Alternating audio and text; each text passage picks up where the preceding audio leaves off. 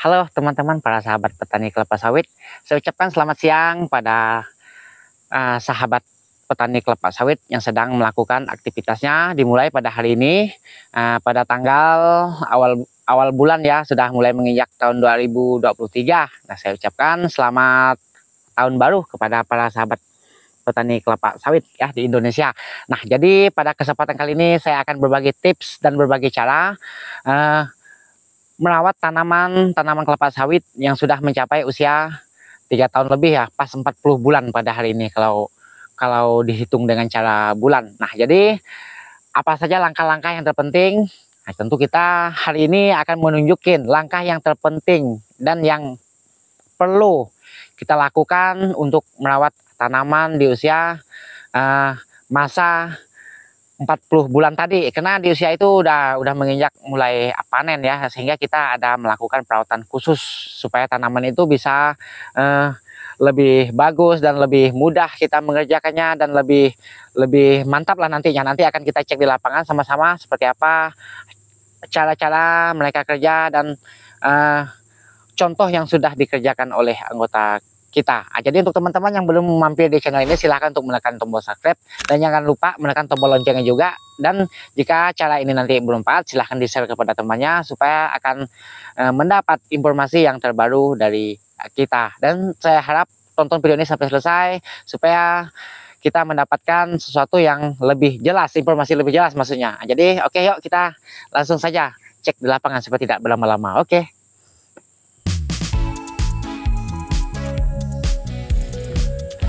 Nah, ini contoh tanaman sudah mencapai usia 40 bulan tadi ya.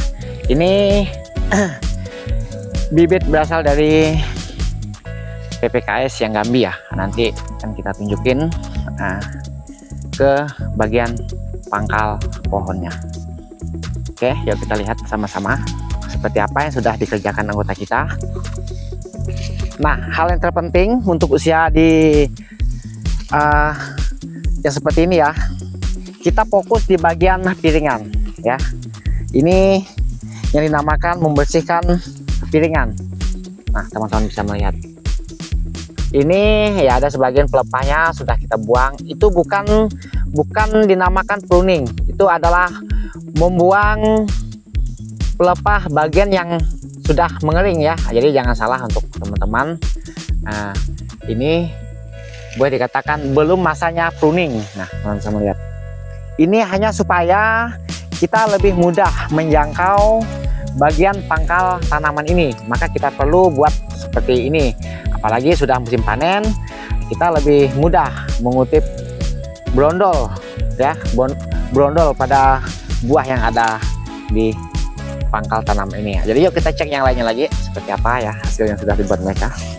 Nah, ini jadi untuk teman-teman para sahabat petani, yang terpenting itu bagian sininya ya. Kalau bagian gawangnya, apalagi gawangan mati ya, tempat rumpukan, nah, jika tidak disemakin kayu ya kita biarkan saja ya. Apalagi seperti ini ya, cuma rumput-rumput biasa ya, rumput-rumput lunak.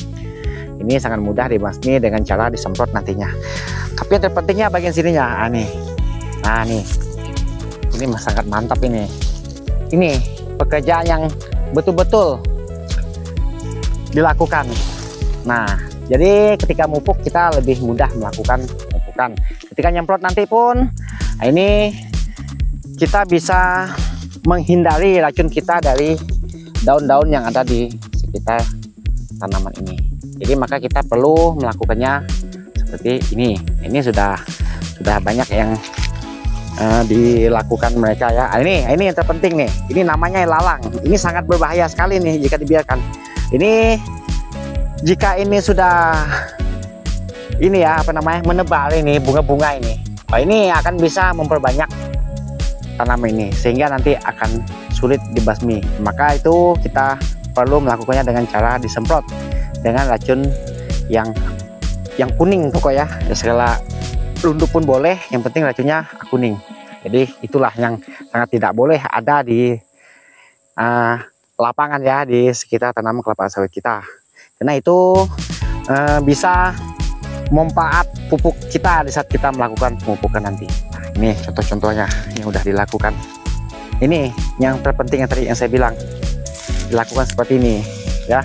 Nah, jadi itu teman-teman, ini memang sangat sulit ya cara kita melakukannya ya, cuma inilah yang biasanya menjadi kendala, terutama di saat panen. Kendalanya buah kita sering susah nampak ya, ini disemakin oleh semak yang seperti ini tadi. Nah, teman-teman bisa melihat, nah seperti ini ya. Yuk kita cek lagi biar lebih jelas. Nah ini usia seperti ini yang bikin para petani bangga biasanya.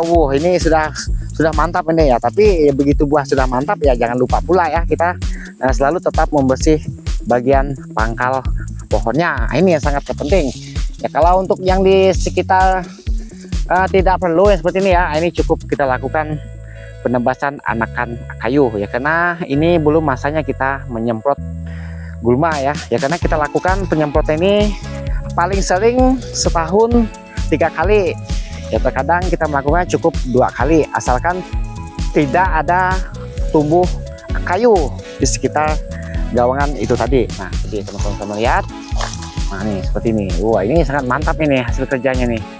Ini kita lakukan dengan cara borongan ya. Kalau di sekitar saya ini biasanya per pohon ya, ini biasanya 5.000 sampai 6.000 untuk per pohonnya, demi membuat sekitar piringnya jadi seperti ini ya. Karena ini sangat berat, ini sangat berat ya, sangat berat kerjanya ya. Karena yang ini sih kita hitung, kena anak buah kita sendiri yang melakukannya, kita hitung pakai harian ya, harian. Nah, jadi kerjanya lebih bagus ya, karena mereka melakukannya tidak terburu-buru ya. Jadi yuk kita cek hasilnya. Buah yang ada pada tanaman ini sudah mencapai usia 40 bulan tadi ya. Memang buahnya tidak terlalu besar ya, karena ini dulu menggunakan bibit dari bibit yang masih kecil ya. Waktu itu 7 bulan sudah kita tanam di lapangan, sehingga sampai hari ini sudah mencapai 40 bulan. Nah, jadi yuk kita lihat seperti apa contoh-contoh buahnya.